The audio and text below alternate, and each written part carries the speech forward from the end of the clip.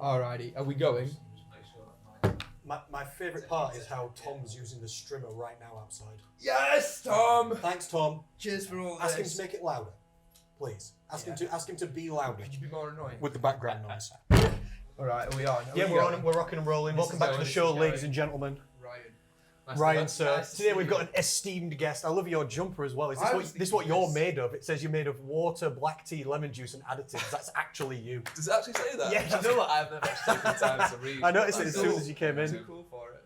No, just I'd have literally threw it on before I left. You look like you're There made was out of one you've got a decent amount of amino acids going on in these kind of areas as well. He's looking Appropriately wide filled out. under that jumper, isn't he? Flirting with the guest already, lads. I like it. You know, We've got to you're leave it building me up before we building knock me you up. down. That's what we do. We only get good-looking guests.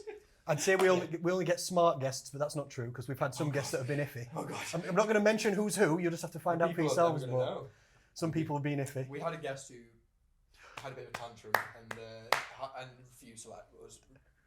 We're saying, yeah, I've said it already. Yeah. Refused to let us release the episode. Really? Which was Yeah. confusing. Wow. Yeah. Because someone wanted to debate me, and then Wow. What was the debate over? whether calories are real or not.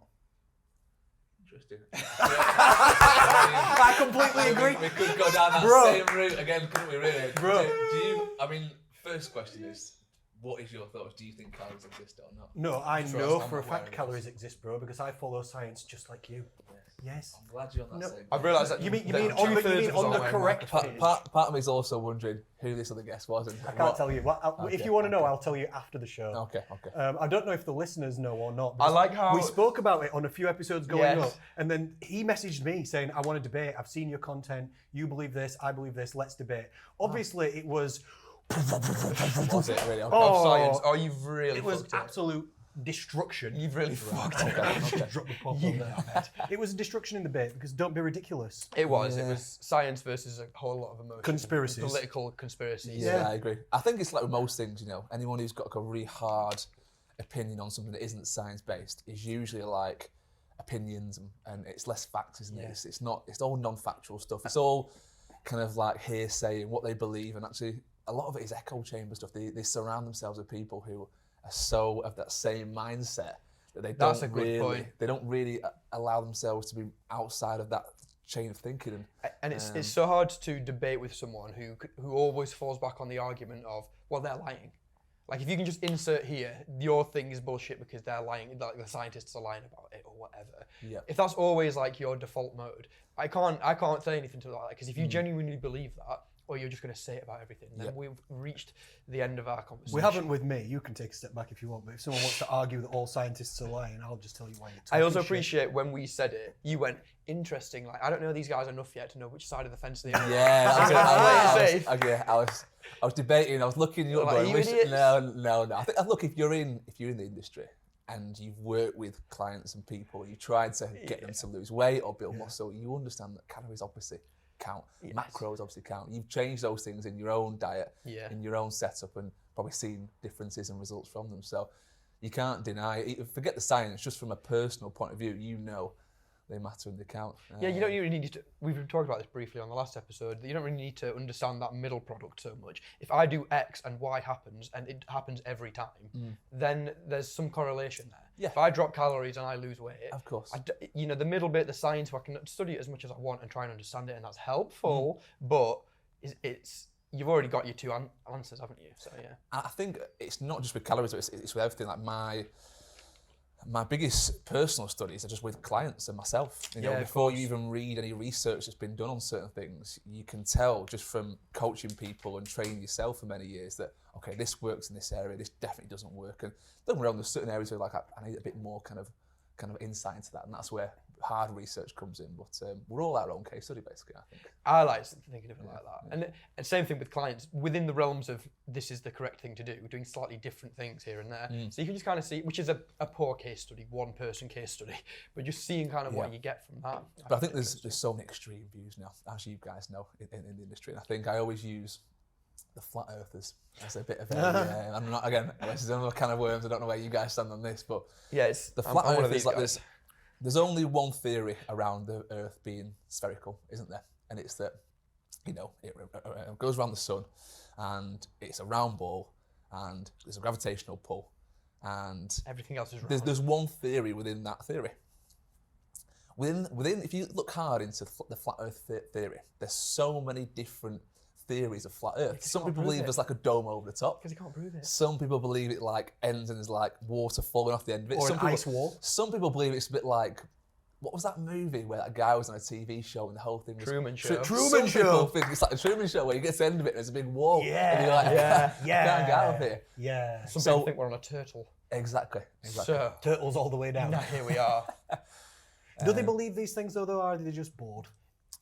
You know, I suspect a lot of these people have got too much time on their hands. they're just bored. Yeah. They want something to believe in that's out of the ordinary. I Because saw they a want to fun be video. extraordinary in a way that they're not. So they make their beliefs extraordinary instead. That's a fascinating. and then start that's going down No, these actually, routes. I actually really agree with that. I think there's something to that. And it comes back to their lives aren't exciting enough that they need to like. You calling them out. Yeah, no, I definitely am. I think it's just. I think it's all bullshit, mate. Yeah. Well, flat Earth's ridiculous. Let's be honest, isn't it? Well, every planet in the universe is spherical except ours. It's either We're the only flat. or they're all facing I'll be honest. us. I've never actually asked a flat earther what they think other planets are like. I I assume genuinely- they think yeah. if they think our Earth is flat, then why they don't might they think that others are flat. they That's might true. have these discs? But where are No, they? but that's what I'm Show me talking one. about. Is that's what they'll fall back on then? Is they'll double down on conspiracy and they'll go, obviously I can see that because the government wants us to see that, and they've put it there. It's always that kind of shit. And it's like, well, now what? NASA are faking Yeah. the photos. Yeah, They're photoshopping exactly. the photos. Well, do you know what doesn't help, which has definitely been proven? Like some of the moon landing footage that they released Yes. as being real footage Was was fake. actually like Yeah. filmed in a studio. Bro, I love conspiracies as well. And that only fuels the conspiracy, doesn't it? Yeah. Like, and it Yeah. gives them that little bit of hope that, oh, well, if that's Yeah. not true, Yeah. then this isn't true. And actually, I think there's a certain type of person that does believe like conspiracies. I think they once they believe one thing, you'll find they believe a lot of things because I think there's a certain sense of I want to disprove this, and I don't want to go off what the government tells me and what people tell me. Not following the status quo or the crowd. That's right. Yeah, absolutely true. So it's in their kind of nature, I think. I find them very interesting, conspiracy theories. I like it. I like the theories of what's real and what's not real because I like to get all the perspectives. Yeah. That's all I think. And some conspiracies, you're right, have turned out to be real. Yeah. Like sometimes the government have lied about things. Yeah, Oh, you know, 100%. all the time, still to this day. So then you're right, it's kind of a bit like, Yeah, what's real, yeah, what's not yeah, real. And absolutely. I find that Fuel, exciting. It's like- fuel on the fire. It's that kind of two things to be true at once, can't it? Like, yeah, the media is a filter of anything that they're kind of, mainstream media, your news outlets and whatnot. That's a nice way of looking at it. People are in charge of that stuff, and it's generally, the sponsors that go behind these things are always like your big, oil things or whatever they are, things that are conglomeracies that run the world's economic forum, as it were. And if they're in charge of your media system, then you're going to get given a filtered version of the truth. So that's always stands to be true. But then also, good shit happens sometimes, and there is legitimately things happening that you can trust. But it's picking it. I thought in. you were going somewhere with this, and then you think- summarised with good shit happens. I was thinking he's going somewhere nice with this, and then it just sort of tailed off. Sorry, mate.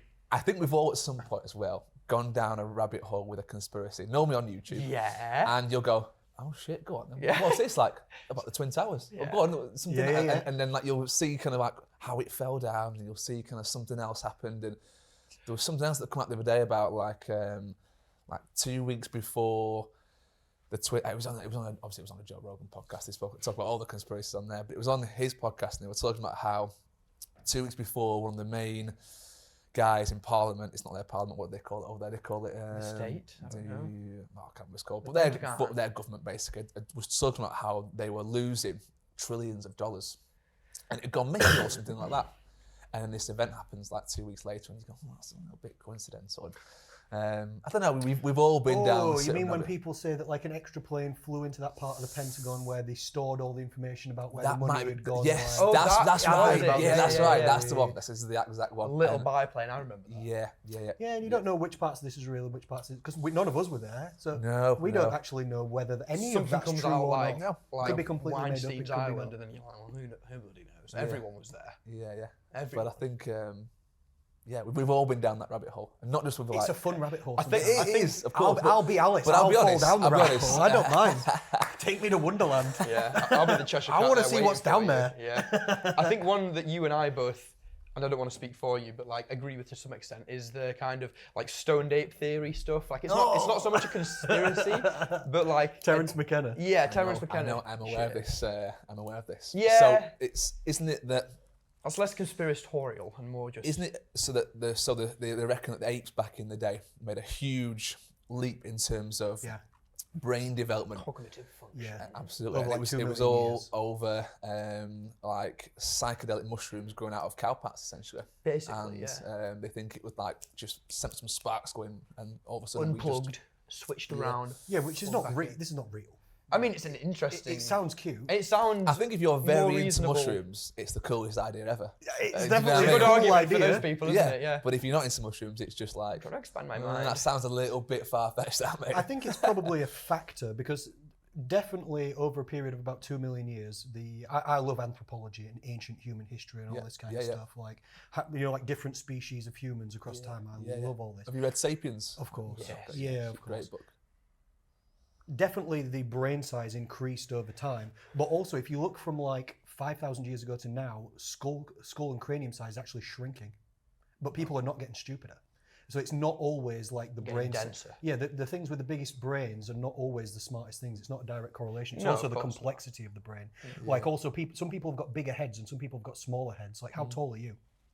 I'm 6'1.5". 6'1.5". Cling on, Somebody have a who's bit of that. somebody who's 5 foot tall has got a smaller head than you, but that doesn't mean they're dumber than you.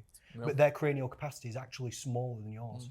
And Well, most people who are smaller than me are probably more intelligent than me. So, anyway, The bigger ones, not. It's not good. no, they are as well. Hilarious. But there's a number of factors, and one's going back to calories. It's probably the magic mushrooms or psychedelic mushrooms might have played a small part because it does increase emotionness, it increases openness, it has like synesthesia, it sort of connects new brain cells and new neuron pathways can be developed and stuff. Okay, that's one part of it. But also, what about cooking and the development of the shoulder, going from an ape to us? We've got an articulating shoulder where you can launch a spear or one of those atlatls. Ooh, they're so sick. I Yeah. want to make one of them. So we could hunt bigger game. We can work better as teams than most other creatures. We have like pack mentality and group hunting. Then fire, we cook food and then we get more calories from that food. From vegetables increased by like 75% when cooked in like.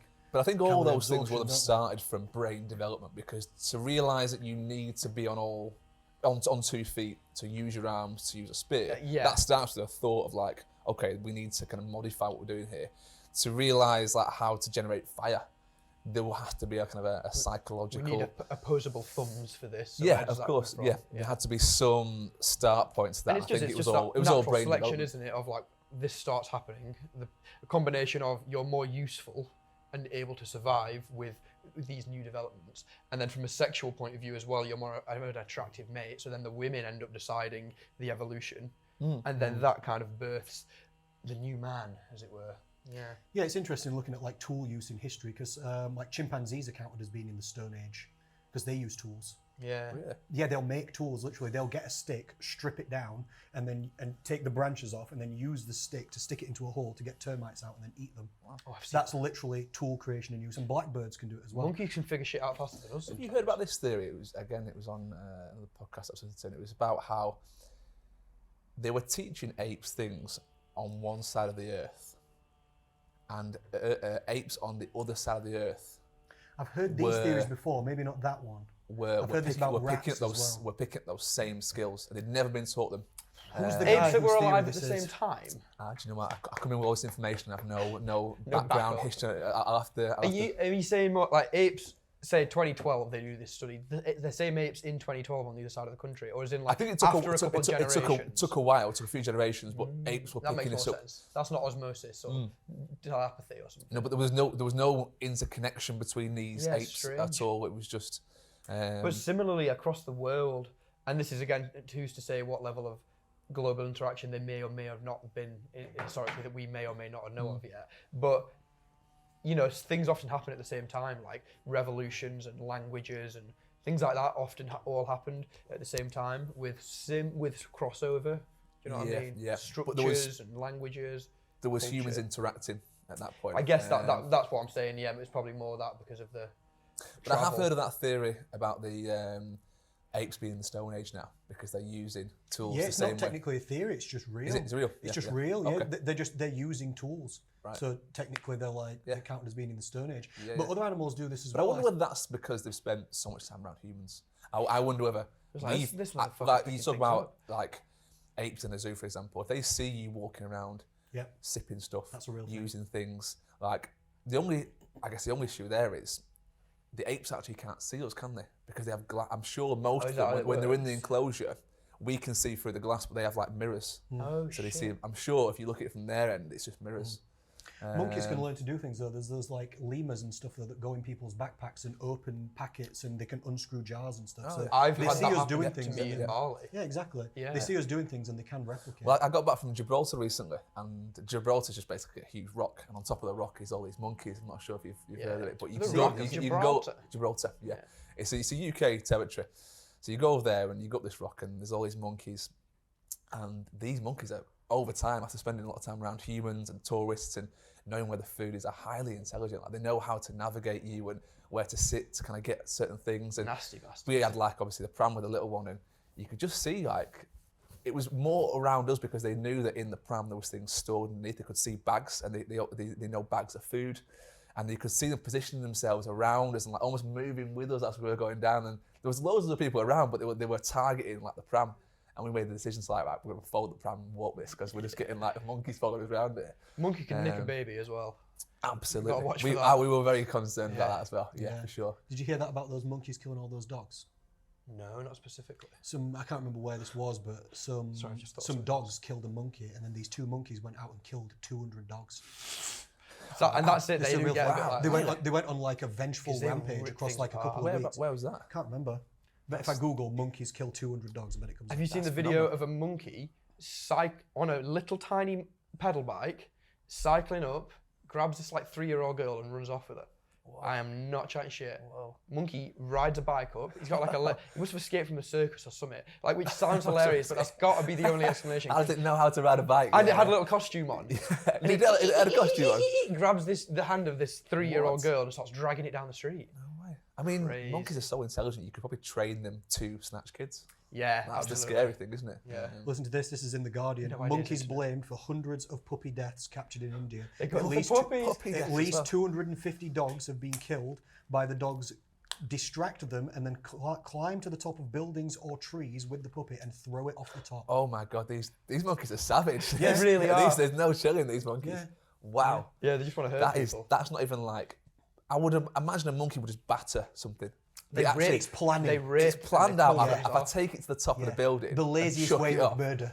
Yeah. I'm doing no effort. Yeah. And also, you're so throw far it. away from the crime, you can throw it and then you can just do one, basically. yeah. can't you? Do one. Yeah. Hilarious. You're nowhere near it. And the impact on the floor and the splatter of puppy Who's to would know? likely have psychological it's a- effects on it's other a dogs statement, around. it's a Yeah, statement. exactly. It's like putting a head on a stick in the medieval ages, isn't it? Don't come round Don't these give the parts. monkeys ideas, mate. We'll be seeing puppies' heads on stakes. Monkey listen to our podcast.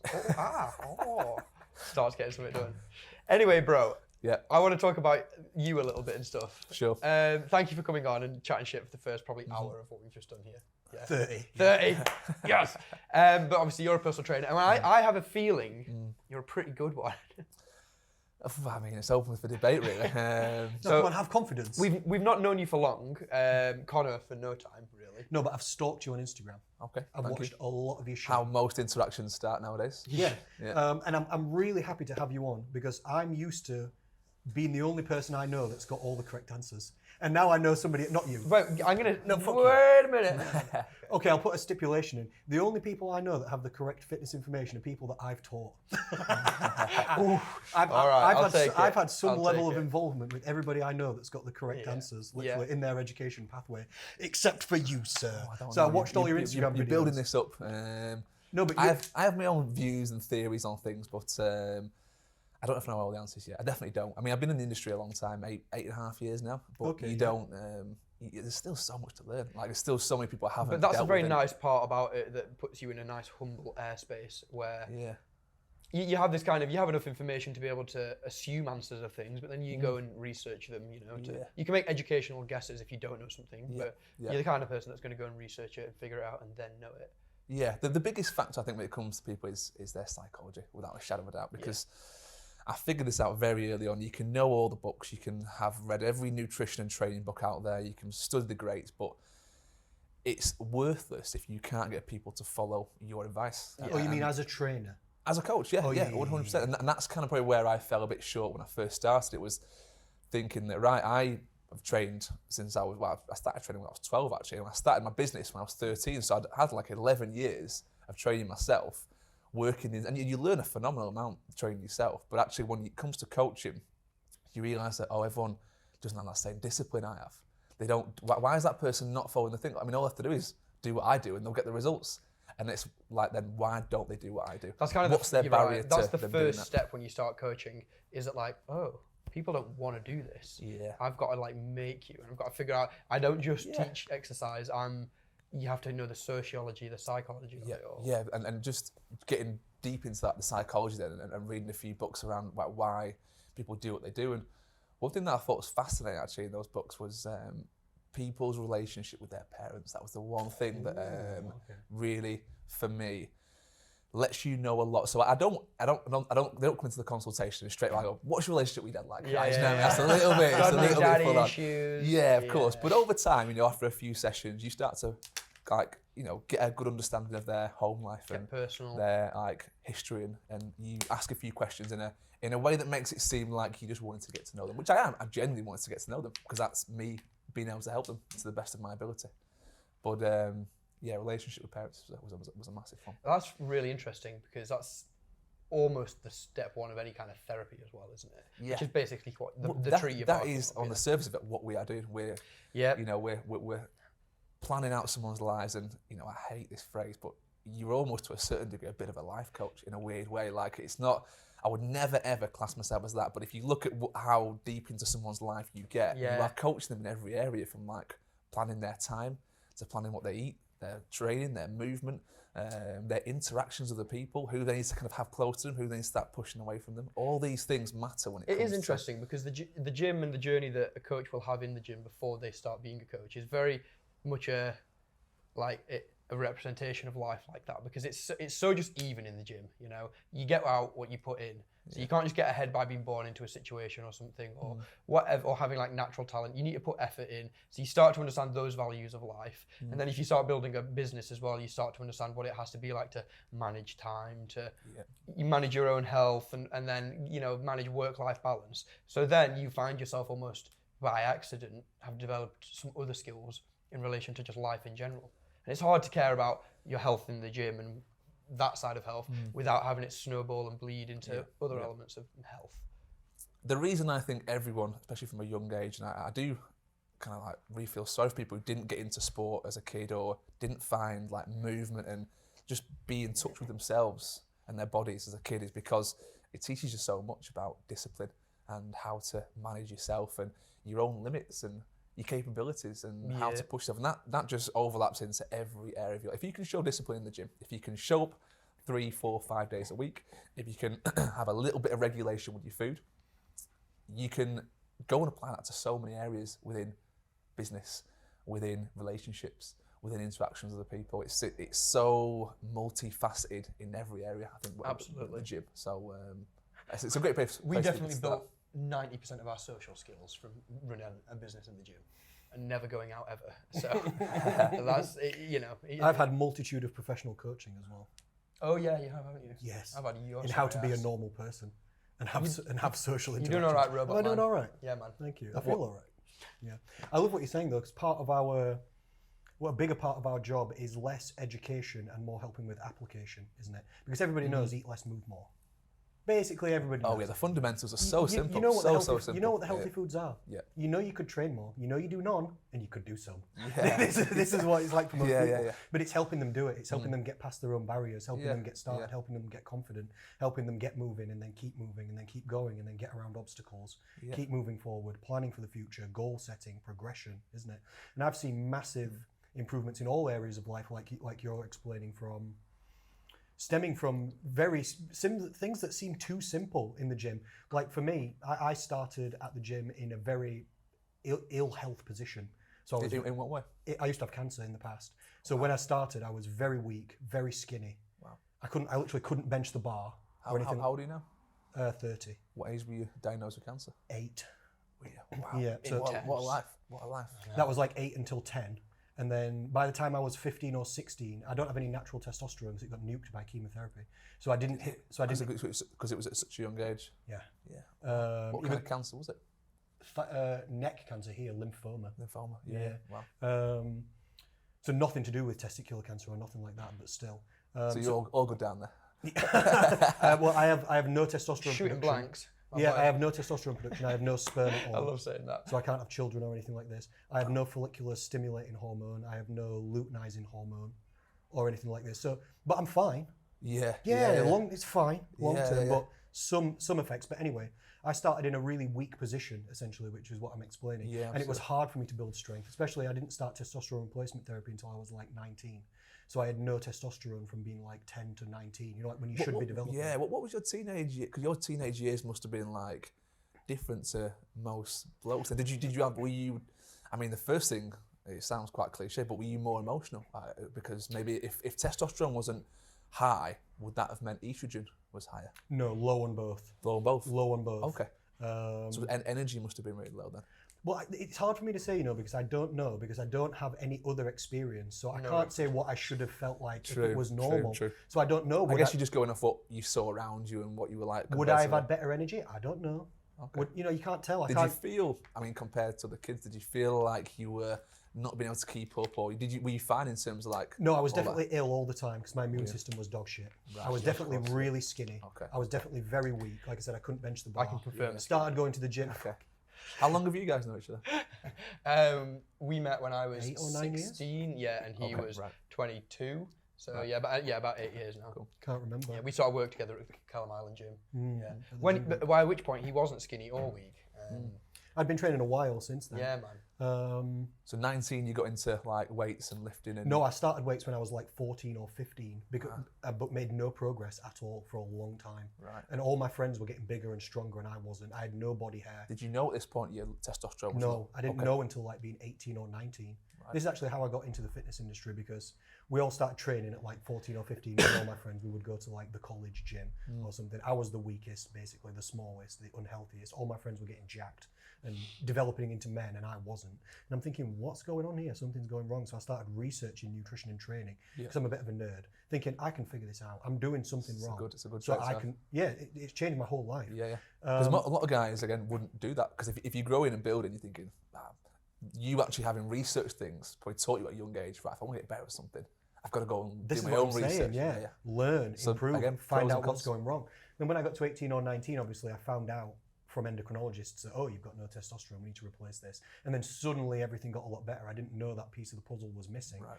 But by that time, I'd already learned such great habits of, like you're saying, never giving in, consistency, going back week after week after week, struggling to get one more rep, but trying anyway. Put some sauce on there and you're away to the for circus. years. Yeah. Trying for another rep and another rep. What and another amazing rep. foundation that is, because you had no idea at that point that No, I had you no were idea. different, but you just thought, if I keep going and I keep pushing, I'm I'll going to get figure there. this out. Yeah, Do you know what I mean? Well, that's Striving. fantastic life lesson, especially in your teenage years. Yeah, so that's taught me over time that it's okay to be really bad at things. And now I'm a world-class professional personal trainer and a world-class nutritionist. So I've literally turned it from the worst position to quite an advanced position, only through consistency, longevity, never giving in, ups and downs, of course, but practice, learn, improve, adjust, So I enjoy seeing this for other people as well. Like you're saying, it's when people are coming into the gym, they don't really want to. When people are eating healthy, they don't really want to. But the more you can do hard things, if you practice doing hard things, when you can do hard things, then you can do any things. When hard things are easy things are even easier. When you can do hard things, you can do anything. So if you practice day after day, getting up when you don't want to, coming down to the gym, doing the cardio, oh my God, it's lame, we all know. Lifting the weights you don't want to lift, putting that extra 2.5 on when you think, do it. You know what I mean? Eating the healthy food when it's a bit difficult and you're having cravings, but you think, fuck it, I'm going to stick on the plan. Yeah, and when we put all that moment when a client said to you as well, when does this get easy? When does it start getting easier? Yeah. Because it gets, That's when they hit that barrier and it's quite hard and they're like in the real thick of it and they're like, this is quite horrible now. I'm doing all this exercise and I'm feeling a little bit more tired and maybe I'm not quite yet seeing the results I want, because you've got to put in a lot of work before the results start to come. And I guess that's where it starts to get a bit easier, when you see some results. It's probably the first time, isn't it? That's the primary driver. Maybe of the last motivation. time. Because then body dysmorphia's next. And good luck with that. Oh, God, gotta watch for We've that. all been there. Yeah, mate, That's the yeah. primary driver of motivation, though, isn't it? It's getting what you want. Absolutely, That's and the that's why primary I driver. appreciate what you said earlier. Everything today it can be so easily immediately gratifying, can't it? Yeah. And so to just do something and then not see results and then do it again tomorrow and not get anything other than just negative feedback from it. I Yeah. heard I don't Yeah, want to do you this. smell a bit. Yeah, do you know, I have no energy. I'm eating meat and my farts smell like, it's all God, yeah. You've That's got to called wait. IBS, but okay. He's a watch for You that, know. but okay. And then what have you got? Maybe minimum a month until you're like, maybe there's a tricep. Maybe there. there's a gain. Yeah, maybe Maybe there's one gain one was measurable acquired. gain. But more likely, it's going to be like in a year, you're like, okay, I'm feeling like I'm where I wanted to be initially now. Yeah, Yeah. fat loss is a bit faster. Fat Isn't it? loss Like can be more. if somebody comes to me for fat loss and we control the calories directly, 3 to 5 days we should be getting a weight drop. Yeah. Really, if it gets past 7 days, I'm thinking maybe we've not made the correct adjustments, even if we think we have. And that's but very muscle building, measurable. It takes a long yeah. time. years, Yeah, and it it's takes a hard long to time. measure muscle building. Yeah, as because well. fat loss is so measurable on so And that many fascinates me metrics. as well, the amount of clients, mainly blokes actually, if I'm being honest, who come to me and say, I've seen you online, or I saw a transformation you got and it looked amazing. That guy got massive in can I do it in like half the time? He did it in 12 weeks. Can I do it in 6 weeks? And I had a guy recently, and he came and he said he was going to do I said, right, we can do. I don't normally take anyone on for less than 12 weeks, but I kind of bent my own rules. So like, well, we'll work together for 6 weeks. I'll help you out a little bit. And I think after 6 weeks, your body's just adapting. He was a very, very lean lad, small bloke, and he wanted to build a lot of muscle. And after the first 6 weeks, your hormones are just getting firing. Like, you're just learning how to lift, you're learning how to execute, you're learning your routine. The next 6 weeks for me is the real where calories get increased, start lifting some bigger weights, execution and the complexity of exercise gets a little bit more advanced. But he just was like, I've not seen any results in 6 weeks. I'm not going to come back, basically. And I was just like, we are literally just getting started. Do you know when we sat down and had that conversation? Yeah, that wouldn't happen. Yeah, I mean, I said to him at the start, you can't expect many results in the first 6 weeks. It's going to take at least 12 to really see some things happening. It was disappointing because the weights were just starting to creep up. His technique, from an outside point of view, was just starting to get there. But he was like, no, I'm not seeing the results. I'm not. Well, we need to say to the listeners at home, if you've got any serious goals in your life and you're giving it 6 weeks or you give in, then screw you. You're not going to achieve it. Yeah, You've got no chance. I don't care what your goal is. If we're being brutally honest. You've got no chance. I don't care what your goal is. For sure. What's your goal? Carbs. Carbs, no. For you, in 6 weeks, no, bro. You need 6 years. You need to come train with me, and you need to give me 4 times a week for 6 years. bullying. Then you'll have a calf. One calf. One calf. Not 2, No. but 1. You're doing one A leg, singular. all volume. Okay. Yeah. Be on that right leg of yours that's slightly bigger than the All left. right, you can sit there with your little girl arms. But It's 6 turned weeks, into a roasting battle, this. yeah. It always it's does. all fun and games, isn't it? You know, I always love you, really. That's Of course, fine. bro. Of course. It's just bro love. That's how we isn't work, it? yeah. So tell us about how you got into the gym. So if you've been doing it 8 years now, and for you started when you started lifting at 12.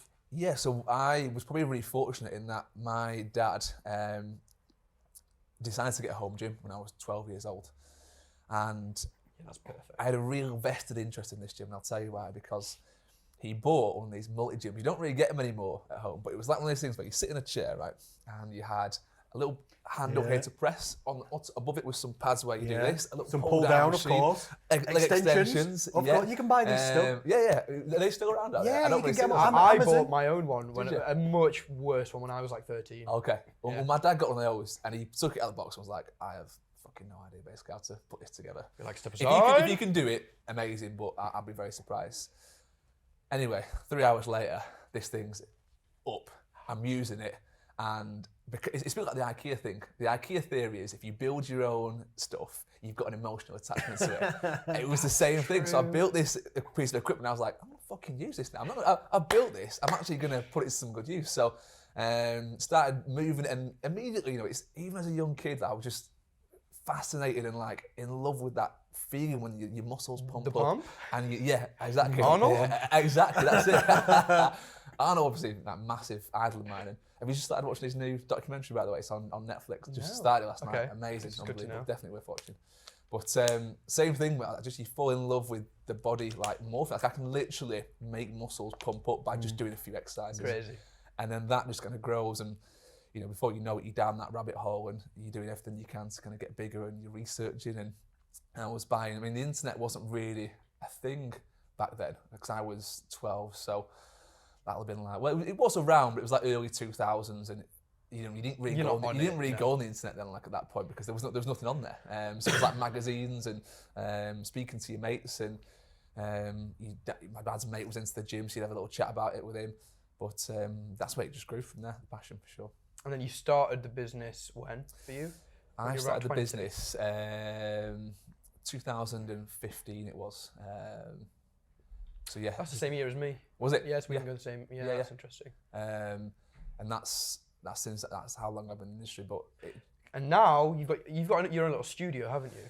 yeah, so basically my studio's at my house. It's quite nice. I roll out of bed. Everyone comes to lovely, me. yeah. But I am actually, as you probably know from this year, starting to move more to the online side of things now. Yeah. And R5.online. yes, I'm working with. I think this has been my biggest issue. Everything I built so far, I've been by myself. I'm a little bit of a lone wolf in that respect, which has been great to some degree because you learn how to push yourself, and you realise there's no one else going to come and help you with this. You've got to put in the work, but also at some point you realise I probably need some help.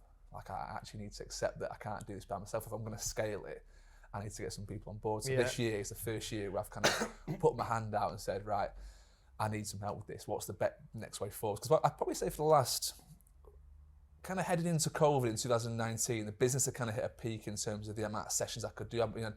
Once you're doing like 45, 50 sessions a week, That's you very can't, intense. you That's can't too many. wait. I've been doing that for like Bro. a long time. Was now. that at another gym or at your own studio? That back was at then? my studio. I've never worked at a gym. And Oh, that's, really? That's cool. that's only out of stubbornness. I'll tell you the backstory about that in a second. But at about 2019, before COVID, I'd hit a bit of a wall. I think, honestly, COVID was a nice little break because I've been going so hard for so long. grinding Since, like 4 years, since 2015. 2020 hits, and suddenly the government's saying, you can have a break now. And I'm like, fuck, Jesus. So actually, I kind of took it. To my detriment or not, I don't know. But a lot of coaches initially went, right, we're going to do all our sessions on Zoom. So immediately did that. I did that for maybe like half of my clients. I couldn't do so it. I was halved overnight, and actually I felt like for 2 or 3 months that was perfect for me. It would give me an amazing break. But after that, I was like, right, we need to start pushing again. But it was difficult because you couldn't really. There was a lot of barriers in place. Lockdowns were still happening.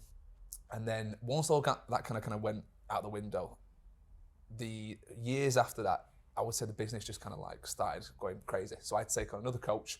We had him working there for a while, and it was all kind of, all systems go for a long, long time. And then last year, end of last year, I had my little girl. And that's really when my headspace moved towards, right, I can't keep doing that many hours, because if I do, I'm not only, I'm happy to keep battering myself, my own mental health and body and everything with this business, but I can't do that to, my partner. Yeah. I can't do that to my little girl. I've now got to make some serious changes in terms of managing my time better. Yeah, because you're doing time for money, which you can only charge so much per hour. You've only got so much time. Exactly. There's a glass ceiling there. As soon as you start exchanging time for money, you're going to be limited on how much you can do with it. So that's where the online I did the coaching same side of thing. things. Yeah, I was doing personal training for like 8 years, fully booked for probably a few years, and then thought, right, I need a way to. Firstly, I was dying because it was just such hard work all the time, early mornings, late nights. Most people want to train before work and after work, non-stop every day. So I thought I need a way to make more money, but also I wanted to charge less, because I'd been putting the price up for the personal training over bit by year, putting the price up. Yep. It got to the point where I didn't only want to train rich people either. I kind of felt bad about it, because there was literally, I would come across people who wanted personal training, wanted help, and they literally couldn't afford it. Yeah. And I didn't blame them, because my personal training was expensive. So I was like, But that started to annoy me as well. So I wanted to put the price down, but help more people, but also make it easier for me. So that's when I also thought, online is going to be the only way. I had some mentors at the time. I went to go see them. They talked to me about like semi-private personal training and small groups and this and that. I thought, no, it's just going to have to be online. So that's when I started doing the same thing. When did you start that transition? I can't even remember. I can't remember. Maybe like 6 or 7 years ago. Was it? Something like that. That's way before like, even the kind of. That's what I was going to say. Way before the trend. Connors was just Way a before. Facebook group that people paid to be in. So way before, like, are you more doing that kind of option of online I have coaching? I have an online community, but it's not on Facebook.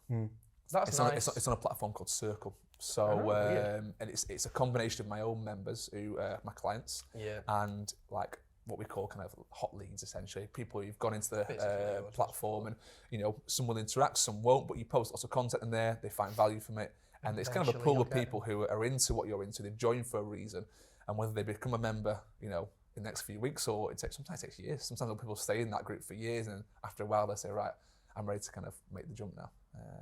That is how it works. But I'm really impressed by the fact that you saw this so long ago, and I kind of wish I had to a certain degree. I'm being honest, if you're a personal trainer, you probably dabbled in some kind of online coaching. And I'd always done that. Maybe I had some people online that I was coaching just through emails and sending over programs. But the one issue I always found with online coaching was it was very impersonal. Like, I think I'm so much better like we are now, one-to-one. I can get in someone's face. I can inspire them. I can tell them exactly what they need to know. I can just send them off for the week after having that face-to-face chat and know that my conversation with them is going to inspire them to have a better week. Yep. You can't do that over an email. It's hard, isn't it? And that's the issue I always found with online coaching. And then what I found was people started to come up with different methods of online coaching. Apps were created for it. Different systems online. People much cleverer than me in software and development of that were designing these things that really, really worked. And once I was exposed to those, I then started to feel like, okay, that quality of service that I deliver on a one-to-one basis can now be replicated on an online basis. And that's when I thought, actually, this could work. It does start to feel a bit more like that. So it's such a small detail, but you know, just things like voice memo stuff. Yeah. Immediately, like, just connects you with your clients more and whatnot over like an online system. You can just talk to them actually. Then they can understand your voice and the cadence and your emotion. Well, I came across Loom recently. We had a Loom, Loom video stuff, and that's basically how I do my check-ins with clients now. So they fill out their online coaching form every week, and then I send over a feedback video via Loom, and it's a great way of me just them basically seeing my face, putting a kind of a face behind. Keep it fresh, Yeah, so instead of me like writing out an email for 5-10 minutes, I can just say what's in my head, look for the check-in form, assess their training, their movement, their food, and all their metrics for the week on a video, and give them instant feedback. And it takes so much less time as well on a video. And that's just in your own time, isn't it? Because it's not like a FaceTime. It's just they send you the questionnaire, fill in, and then you send it back in your own time. Yeah, that's nice. That's it. It's a great system, and I'm really sold on how it can work now, because that's the one thing I was always worried about, dropping the quality of my service. I know, that's stressful, isn't it? Yeah, because I honestly feel that's one of the reasons why the business has been going for so long, because I feel like what I offer people is so valuable, and how do we replicate that on the online side of things? And like I said, I think but also the online is probably cheaper than the in-person. Of course. So the service doesn't have to be fully replicated. Like my personal training was 200 to 400 quid a month. Yeah. My online program was 35 quid a month. Was it? Yeah. Really? Wow. So it's so easy for me to provide more value than 35 quid per month. Yeah. Yours So was real smart fucking easy. because it was the same value for everyone. I'm fully but convinced. because it was just like a open group for you as opposed to individual. You had individual client stuff, and every time you got a new client, it was very individual. But then it became a part of a big party. So for you, the workload wasn't as intense as like the more trendy kind of online training nowadays. Okay. Where it's like no client knows each other. You just talk to each individual one. You give them an hour a week, whatever. This and the other. Okay. It was just much more. You're in a group, so it worked really well for you. Yeah, I think with the group as well, they almost They like bounce off each other. they like self kind of what's the right word? Well, a couple of your clients became coaches on the group, didn't Yep. they? So, They did. Yeah, they were moving through it. Yeah. It almost manages itself. The clients go in did. there, and the people who are in that group will bounce ideas of each other. They might have a question, other members will answer it. It saves you kind of, and once they're part of that, the community aspect is really nice. And that's not for everyone. I've got some clients who would hate to be part of a community. They love the fact they've just got them and it's themselves, and they can close themselves away from all the kind of crazy gym things. They can go and do their workouts at home, and they've got me as in their corner. But some people really love the community, and it keeps them engaged. I'm guessing that you've always had a reasonably good head for marketing and stuff. If you started in a studio without like a natural pool to go and grab clients from. Well, coming back to the story I did that said go? about when I first kind of got into PT, and the only reason I didn't go join a gym was because at the time was living in a flat, and I wanted to do some training, And I had a mate who got me into this, and he'd started doing it like, he lived in a bit of a house that he was renting, but there was an area outside the house where he would do his sessions. So he set up a little gazebo, had all his little weights out there. Cool. And it was a great way of him just keeping his overheads low. And I really liked that idea, but I was living in a flat and there was nowhere, like there was a road outside, maybe a turning circle at the end. So I went to the local Pure Gym. And they said straight away, £400 a month up front. For rent, Yeah, to start working. And I was like, well... Do you know it's nearly 600 a month rent at Pure Gym now? Is it? Really? Yeah, they set people on fire. They just hate their staff. Really? Yeah, they just hate staff. They hate people at Pure Gym. Well, the thing is, it wasn't like it is today. Today, a new coach comes into the industry. I know at JD, where I am, they give you hours. So they basically employ you. They'll give you 16 hours. You get your rent for free. What an amazing setup that is to kind of get you into the industry and get you... And it's 10 hours, which is an awesome system. That is one of the best setups I think you can do for 10 a new hours is cheap coach. as well, isn't it? That's low. Yeah, I have the choice to switch to paying if I want, which may happen at some point. But now, end of the day, like you're on the gym, 10 hours a week free. you're on the gym floor. It's all free, and you're connecting with clients. And you're not working for those 10 hours. You're talking to people. Yeah. You're doing things. You're in the You're in a environment. So class. if that was the case when I started, I probably would have gone for that. But it wasn't, and See, that maybe doesn't that was exist. like a benefit. I probably see it as more of a benefit now. But so out of sheer stubbornness, I said, right, I'm not going to fucking pay £400 a month. I actually I've got 3 clients. That doesn't even cover my own rent, let alone giving you £400 a month. So I said, you know what, I will use that turning circle outside the house. So it was a dead end road. That's It was crazy. a turning circle, and this is there's so many mad stories I can tell you about that turning circle. But it was at the bottom of like maybe not a very nice estate either. That's And the amount of hilarious. times I go into that turning circle, I've got a client, I'm bouncing down, I've looked onto the turning circle and there's a bunch of lads on the side smoking weed. And for the whole session, it just stinks of weed. I'm like, do you know what I mean? And then there was no word of like, it's the most awkward story. So there was one time I come down and there's this car there and it's there the whole session. I can't really work. I can see 2 people in it. And I'm like, what's going on? And I didn't really kind of explore what's going on. And then I see it happen in a few sessions. And I'm like, well, we'll see what's going on in that car. And I walk over, and there's just a bloke in the driver's seat getting basically a handy from a woman. No. And they were like, they must have been in like the 50s. They weren't young like people. Proper little. Yeah, I was thinking there's definitely some affair shit going on Affair, there. Like, why would you drive be to in the a same car? spot every week. Yeah, A exactly. little cheeky handy. So it was there was Hilarious. all sorts going on in this turning circle. But the reason why it grew from there was because even though it was a shite setup, I had those plastic weights with that sand in there that you put on the end of a Of the 1-inch thin barbell. barbells. Yeah. But the reason it did well is because I never was unable to deliver on results. I always came through and I was always able to inspire people with just kind of my, I don't know whether it was energy or whether it was just enthusiasm. No, I agree. And, That's why I wanted you on here. And one of my biggest transformations ever was from back then, actually. A lady who lost like 7 or 8 stone and completely revamped her life. And that then just opened the doors to like, okay, she can do that. And she was amazing. She recommended so many people to me. I've never, ever given away free sessions except to this one lady because she gave me so much business off the back of her transformation. Very cool. And it's amazing if you can inspire someone and change someone enough, they will talk no end about how good you are to their friends, to their family.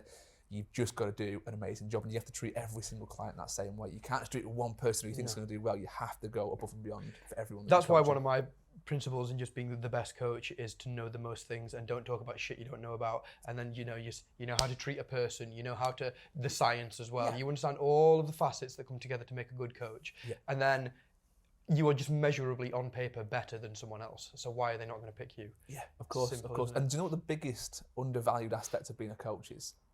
And I say it to the coaches that I've employed, just be sound.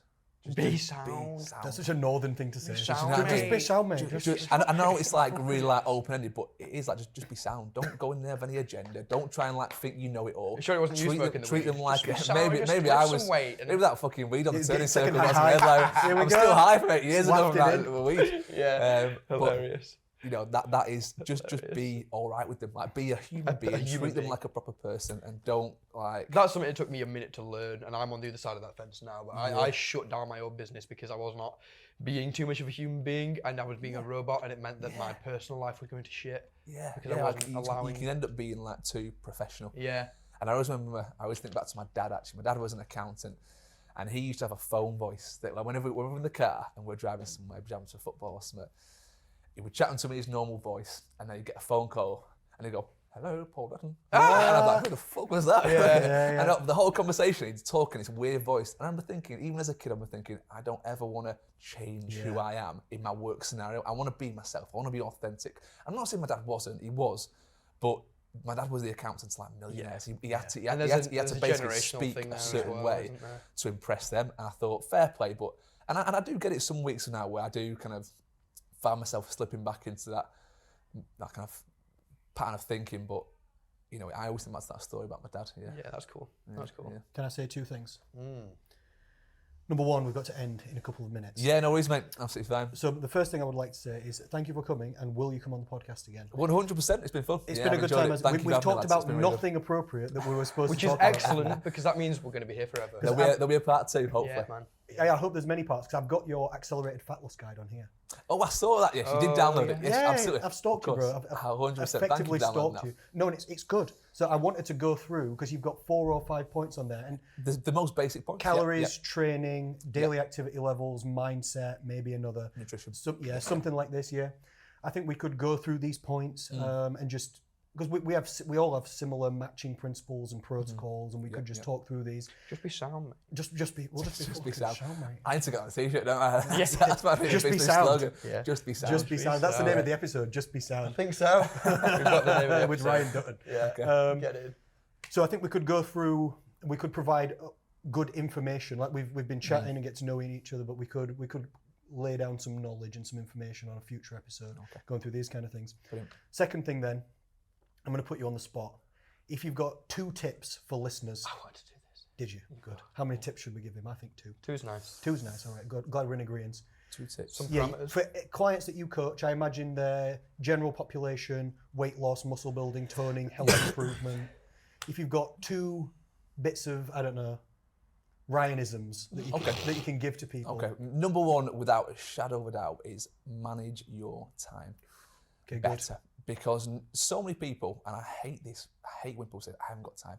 No, you've got all the time in the world. You're just not prioritising exercise, movement, and looking after your food.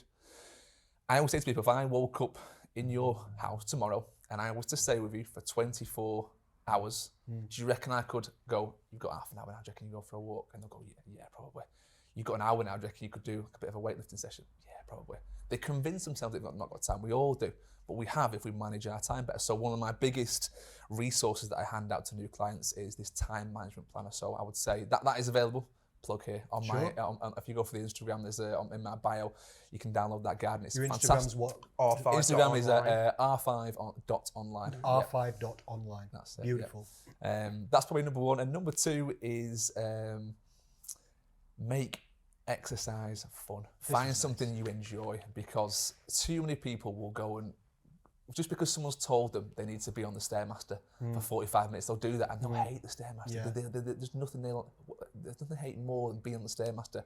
If you like walking, if you like cycling, sports, get into sports. Honestly, do 5-a-side a couple of times a week. Whatever you enjoy, do that, because this is about, for me, one of my biggest principles is the best training program you'll follow is the one that you're going to adhere to the most. The best nutritional plan you'll follow is the one you'll adhere to the most. So find something you enjoy and find something fun, for sure. Yeah, we like that. Beautiful. Thank you, sir. Any concluding statements? Thank you from for being sir? here. We appreciate you. No worries. We appreciate Thank you for having me. your It's brain absolutely being the correct brain for the industry. I'm glad I You're fit one them of the all. good ones. Yeah. So thank you very much, dude. Ryan, what was your last name again? Remind me. Dutton. Ryan Dutton. Come on, you're just everyone. rude at this point. Doesn't know my Instagram. Doesn't What's know my last name? That was good. I only know you as well. There That's we it. go. Will from Not Jim. that we'll pretend you didn't just tell me a minute ago. Yeah. Bye, everyone. Take care. Cheers, guys. Lots of love.